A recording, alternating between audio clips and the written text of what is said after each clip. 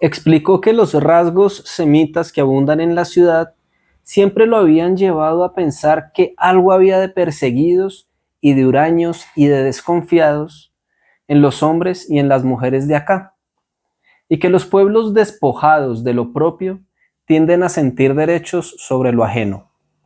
Declaró que a él no lo sorprendía en ningún momento que una sociedad que todo lo importa, incluso lo que piensa y lo que cree, para exhibirlo como un resumen de este planeta en los escaparates de la calle real, perdiera tanto tiempo odiando y extrañando y anhelando y adorando lo de los demás. Colocar un buen título a una obra, a un texto, es una tarea bastante compleja. Incluso me atrevo a decir que hay muchas más personas capacitadas para escribir un buen texto que aquellos que están capacitados para colocar un buen título. Pero a veces nos encontramos con un buen título y nos vemos atrapados. Esto fue lo que me pasó con el libro de Ricardo Silva Romero, que se titula El libro de la envidia. Solo con leer estas palabras en el lomo del libro, mientras estaba hojeando en una librería, pues a ver qué me encontraba, pero esto bastó para que comprara el libro, llegara a la casa y pues lo devorara con el mayor de los intereses. Dirán que, contrario al adagio popular de no juzgar al libro por su portada, me dejé llevar por la impresión inicial, pero siempre me gusta decir que de vez en vez viene bien ser superficial.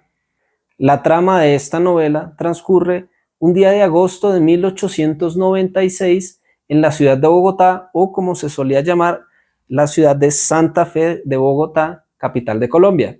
Y relata la aventura fascinante, compleja, ambigua de dos personajes por descubrir lo que realmente sucedió el día 24 de mayo del mismo año, cuando el reconocido poeta José Asunción Silva fue encontrado en su casa, acostado en su cama, con una herida mortal de un arma de fuego en el pecho. La caracterización de estos dos personajes es fabulosa y es más que diciente. Primero está el loco Caca Negra. Su nombre bien lo indica, pues él es loco, y él lo es en dos sentidos. Inicialmente él es loco en términos psiquiátricos porque pues él escucha cosas que no hay, él parece ser que ve cosas que no están ahí, tiene un problema como de ansia también muy fuerte, como de pánico. En segundo lugar es loco. En segundo lugar es loco por ese sentido que se le da al loco en esta ciudad. No tengo conocimiento si esto sucede en otros lados. Y se le llama loco a aquella persona que se encuentra en ciertas circunstancias, por ejemplo, pues no sé, que vive en la calle, pues que eventualmente también es pobre, que no le importan ya ciertas convenciones sociales, es decir, pues que no le importa el que dirán, ¿no? Y se le llama el loquito. Y el loquito es una persona sin futuro. Y finalmente nos vamos a encontrar con que el loco Cacanegra es loco por algo muy interesante y que contradice todas las convenciones y la forma de ser del bogotano o del rolo, y es que el loco Cacanegra vive por los demás. A pesar, digamos, de ser como esta persona que es como mitad indigente, mitad demente, y bueno, y otras cosas, es una persona que se debe al otro, que no es capaz de decirle no. Él siempre le están pidiendo favores y él es sí, sí, sí.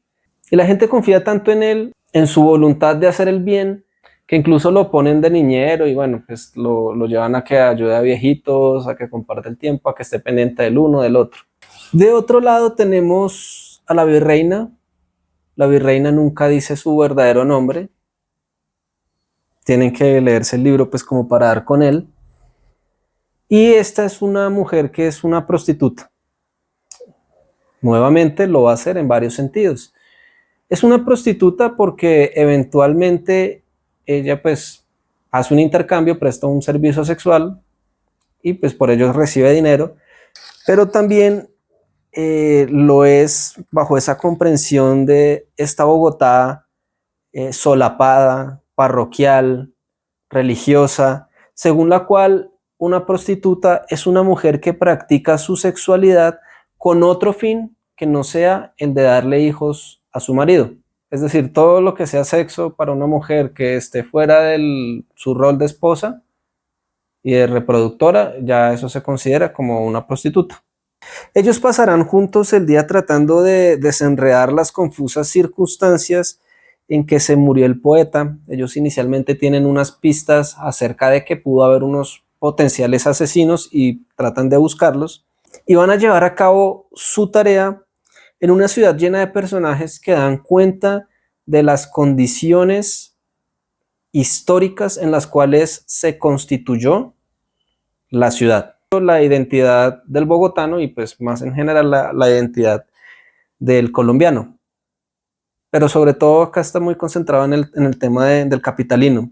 ¿Cuáles son estos tipos de personajes? Pues bueno, tenemos la presencia de extranjeros en un contexto posterior al colonial y que pues digamos que más allá de pues ya como esta figura de, sí, pues del colonial, un poco asociado a la nobleza, al virreinato, lo que nos vamos a encontrar es con este tipo de europeo que menciona, del cual habla Sloterdijk y que él ya no le va a llamar, ya no le va a llamar colonizador, sino que le va a llamar emprendedor. Para él como que esta generación de europeos que pues viajan por el mundo, tratando de hacer negocios, llevando productos, estableciendo contactos comerciales, digamos que es bastante diferente de lo que se estaba presentando en un inicio. Luego tenemos al sheriff de la ciudad, por ponerlo de alguna manera, es como el jefe de policía, es un tipo también resultado del mestizaje con un sentimiento de inferioridad muy marcado, miembro de una institución que se acaba de fundar, o bueno, no que se acaba de fundar, sino que está tratando de adaptarse a los criterios institucionales europeos y que se pone en manos de un francés que se llama Jean-Marie Gilibert y que bueno, pues es como el comandante de todo el asunto. También nos vamos a encontrar con una intelectualidad que se ha formado en el exterior o que ha tenido la oportunidad de viajar al exterior y le ha servido como fuente de inspiración. En particular se habla, digamos, de muchos poetas, pues ahí, pues obviamente, como está el tema del círculo de poetas, ya que la víctima del caso del entorno al cual gira la trama, pues es un poeta.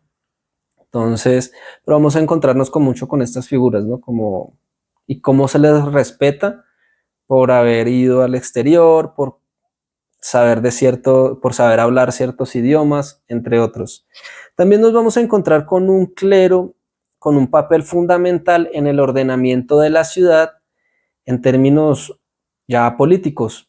No se trata simplemente de una institución que ayuda a la consolidación de unos principios morales que eventualmente van a tener una influencia en la organización política de la ciudad, sino que se trata de una institución como que ya va a decir directamente qué es lo que hay que hacer y qué no, y qué es lo que no. Cuáles son las políticas válidas, cuáles son los objetivos a los cuales tiene que apuntar el Estado y que pues como todos sabemos finalmente también es una institución que pues no es como propia de acá, ¿no? O sea, tiene sus vínculos con el Vaticano, tiene sus vínculos con Europa, con una tradición muy concreta. Y finalmente pues nos vamos a encontrar a una pequeña burguesía que se constituye en torno a la venta de productos importados, que es el caso del papá de José Asunción Silva, que tiene una tienda, lo que se llama acá una miscelánea, ¿no? Pues venden como muchas cosas, instrumentos musicales, joyas, perfumes, muchas vainas, todos los productos importados que podía interesarle a alguien de acá. Como vemos, toda la organización de la ciudad apunta hacia el exterior. Y acá vamos a encontrar uno de los elementos fundamentales que da cuenta pues, de la historia, del contexto histórico que trata de captar.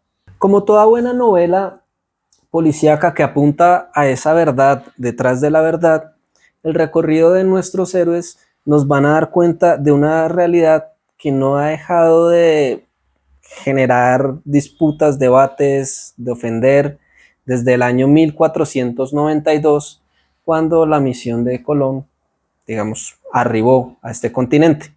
Y que se puede interpretar de la siguiente manera. Cada vez que los americanos nos planteamos la pregunta por los que somos, nos encontramos con un vacío que apunta hacia todas las direcciones, menos hacia nuestro interior, hacia lo que supuestamente debe constituir nuestra identidad. En otras palabras, somos un permanente querer ser que en la medida que pasa el tiempo no se va a resolver.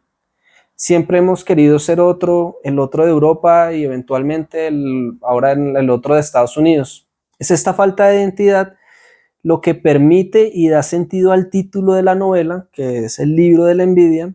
Envidia que, según el narrador, que pues también es una figura bastante interesante en el texto, se va a entender usualmente como ¿por qué yo no? O ¿por qué no a mí?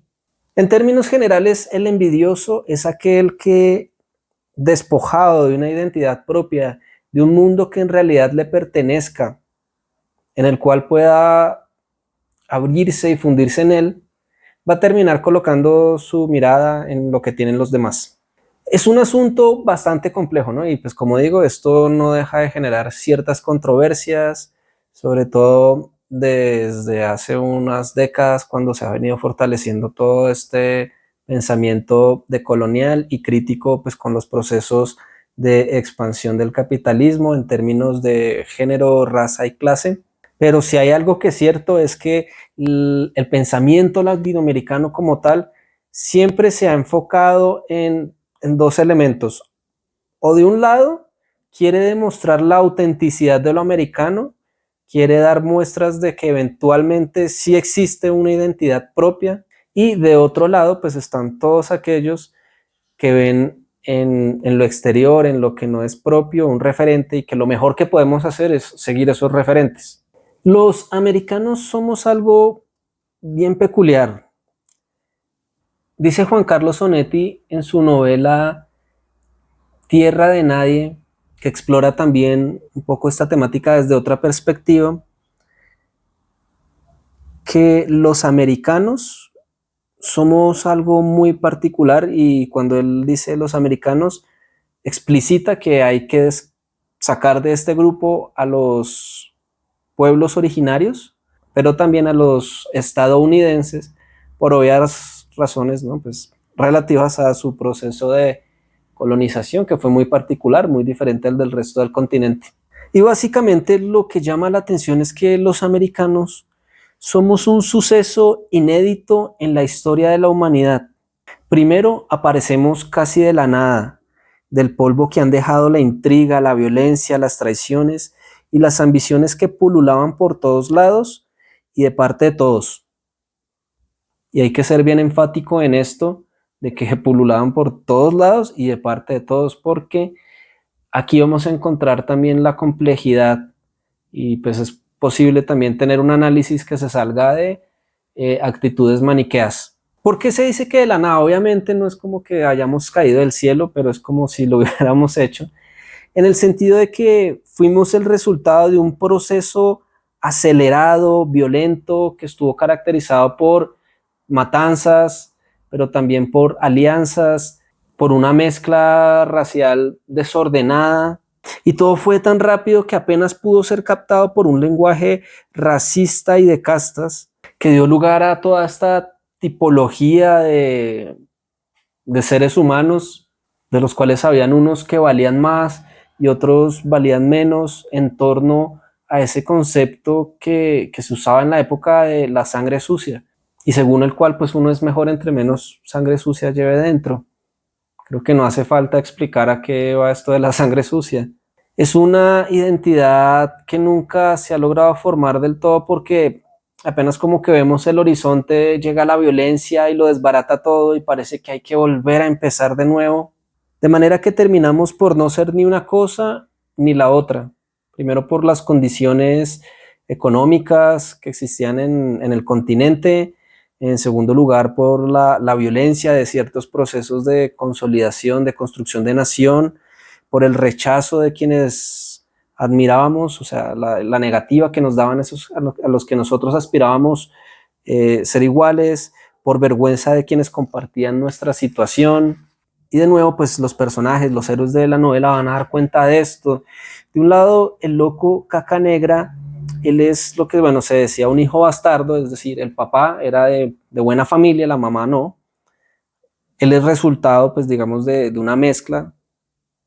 En él había esto que es pues, la sangre sucia. Por eso el papá pues no lo va a aceptar como un hijo legítimo. Él tiene que pasar su primera parte de la vida pues solo con su mamá también pues con problemas psicológicos, afectada por el rechazo del padre. Y este rechazo pues no se queda entre ellos, sino que se extiende pues a toda la sociedad lo rechazaba por su condición, lo trataba de una manera muy particular. Luego él pues él se adhiere a la causa liberal y participa de la guerra civil que tuvo lugar en 1854, que se llamó la Rebelión de los Artesanos, que fue iniciado como por un golpe de Estado. Aquí él pues experimenta de primera mano lo que es la violencia, lo ridículo que a veces llega a ser, el daño que le hace al progreso de un país en términos no solo económicos, sino sobre todo sociales, porque pues enfrenta a la sociedad a esto del perdón y eso es una cosa muy complicada. Y a pesar de que él como que de una u otra manera da su vida, expone su vida, ve morir a muchos de sus amigos como por la causa nacional, de todas maneras pues se lo sigue rechazando. Lo mismo sucede con la virreina, digamos que de un lado se muestra como a través de la historia de ella la ambigüedad de los procesos de consolidación de eso que vamos a llamar la institución de la familia, ya que bueno, ella está como con un señor que era el papá, pero luego el papá le dice que no es el papá, entonces la vuelve como la pareja, luego el señor muere, entonces todo es muy ambiguo, todo es muy confuso, tienen que leer el libro y sacar sus propias deducciones. Yo la verdad, en esa parte como que me quedó grande, no supe cómo comprender bien qué estaba pasando. Y luego ella va a experimentar el clasismo porque ella se viene a Bogotá, ella trabaja en las casas de, pues, de la gente de dinero y pues la tratan muy mal, al punto pues que ella ya decide finalmente pues volverse prostituta, que pues sigue enfrentándose a malos tratos, pero por lo menos es como su propia jefa, que es como el contento que ella le queda y que es una forma también de hacer frente a los valores de la sociedad. Entonces nos encontramos con todo este proceso que es muy denso, o sea, no es tanto tiempo en términos históricos, porque pues bueno, estamos hablando que desde 1492 hasta 1893, pues digamos que no es un periodo, o sea, en términos históricos no es que sea pues demasiado, es muy denso socialmente, es muy denso en términos significativos porque tratamos de vivir la historia, o sea, mejor dicho, tratamos de hacer lo que usualmente ha llevado mucho tiempo a muchos pueblos, lo tratamos de llevar nosotros a cabo en este periodo tan corto y además estábamos tratando de ponernos a la par con lo que estaba sucediendo también en otros lugares. O sea, no es solo que había una influencia de un pasado y que a partir de este punto ya comenzamos a tratar de llevar las cosas a cabo, sino que pues los otros pueblos también venían teniendo sus desarrollos y nos vimos influenciados de muchas de esas cosas y tratábamos de ponernos a tono con esas cosas, como fue la Revolución Francesa, como fue la Revolución Gloriosa, como fue el desarrollo de los sistemas bancarios en Europa. Luego también incluso las guerras mundiales van a tener un efecto muy fuerte en nosotros. En todo caso es que nosotros estamos en este proceso tan complicado y justo como en ese momento donde la nación comienza a ver un horizonte, en que comienza a encontrar las condiciones, en que se va a desarrollar algo que pueda dar cuenta de lo que somos, justo llega ese curioso final del siglo XIX en el cual se van a concretar, digamos, el pensamiento de muchos filósofos, de muchos artistas, de muchos movimientos sociales. En todo caso es que justo cuando, digamos, venimos de un desarrollo histórico, que ya estamos viendo la luz, que ya hemos sufrido mucho por la violencia, por la ruptura del tejido social, justo en ese momento se avecina el final del siglo XIX. Y resulta que comenzamos a entrar en un mundo muy particular, es un mundo de masas y de individualismo, sabiendo pues que estos dos no son conceptos contradictorios, sino que hacen parte de un mismo entramado. Y es un mundo en el que la memoria, la historia, la identidad va a pasar a un segundo plano o va a ser vivida de una manera diferente. Es un periodo muy interesante porque es el periodo de Marx, es el periodo de Schopenhauer, es el periodo de Nietzsche, pero también es el periodo de Dostoyevsky, pero también de Tolstoy, de Gogol. Todo un pensamiento que apuntaba a una transformación, a una crisis, si se quiere, que finalmente terminó manifestarse a nivel social en eso que la fenomenología del siglo XX va a llamar como el espíritu existencial, aquello que caracterizó los periodos de posguerra, tanto de la Primera como de la Segunda Guerra Mundial.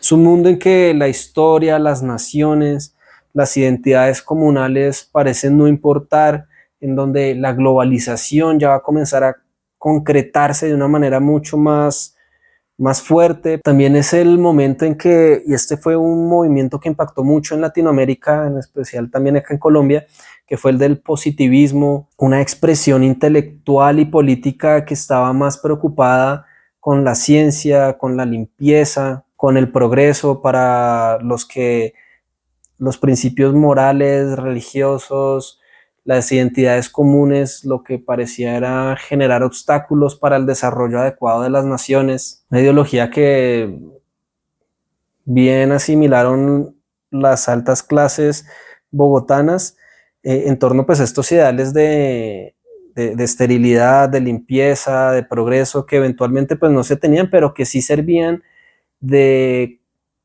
criterios para juzgar y enjuiciar sobre todo a los demás, mientras ellos mismos se paseaban enfermos y nostálgicos por la ciudad. Y es el haber llegado tan tarde a la historia, el haber caído y habernos golpeado tan fuerte que no nos hemos podido levantar, lo que nos hace preguntarnos ¿por qué no yo? Esa es la pregunta general de la sociedad. Y esta envidia que hemos criado y hemos albergado resultó convertirse en nuestra religión universal, en aquella cosa que eventualmente vamos a compartir en nuestra identidad. Lo que veníamos diciendo es la identidad del que no tiene identidad. De esta manera hay que envidiarlo todo. No solamente al que está debajo, el que está encima de nosotros, pues que es como lo lógico, que uno envidia al que tiene más, sino a todo el mundo. La cúspide de esta paradoja se hace tangible en el penúltimo capítulo de la novela, cuando nos vamos a enterar que Lázaro Montejo envidia al loco Cacanegra. Y esto está lleno también de mucho significado porque Lázaro Montejo es el medio hermano del loco, es el hijo reconocido, es el hijo que fue amado por su padre, es el único heredero, es aquel que se le dio la educación, el que se le dio la oportunidad de viajar al exterior, el que se lo presentó a la sociedad como el representante o el que iba a continuar un legado. Es el que vivió con los lujos más inesperados para alguien de una ciudad como lo era Bogotá en ese momento. Y sin embargo, tiene envidia del loco porque resulta que el padre de ellos estaba escribiendo un libro que nunca lo terminó y le regaló ese libro al loco Cacanegra. Entre otras porque pues, el padre sabía que el loco Cacanegra estaba más interesado en leer y en la escritura que este señor de Lázaro Montejo. Y esto nos lleva a la cúspide de lo que es esta envidia vivida como religión, y es el hecho de, ¿cómo lo digo? Es el colmo de esta envidia, es envidiar al que supuestamente no tiene nada para ser envidiado, es envidiar al que está abajo en lo más profundo de la jerarquía social. Es el bastardo, es el pobre, es el que no tiene la cordura, es el que no tiene la razón, es el que no tiene propiedad, que no tiene familia, porque el loco no tiene su familia. Y aún así envidiarlo. Con esto no les arruino la historia de la novela y por el contrario los animo a que pues, revisen esta obra, este texto que la verdad es muy interesante, está muy bien hecho, combina la emoción que puede brindar los textos policíacos, pero también le suma la profundidad que a veces, cuando es bien usada, le puede brindar los elementos de la novela histórica. Los personajes están muy bien construidos. La narración también se da de una manera muy particular. Sí, en general el libro es muy bueno, es muy entretenido, tiene mucho de hondo, es de varias leídas, la verdad, pero pues no es tedioso, entonces como que vale la pena en ese sentido. Espero que les haya gustado el capítulo. Dejen un comentario si han conocido el libro, si les gustó, si piensan algo diferente, si conocen algún otro libro, digamos, como que aborde esta temática, como les comentaba, de Tierra de Nadie, de Juan Carlos Onetti, que es del 48. Vemos que este libro es como el 2015.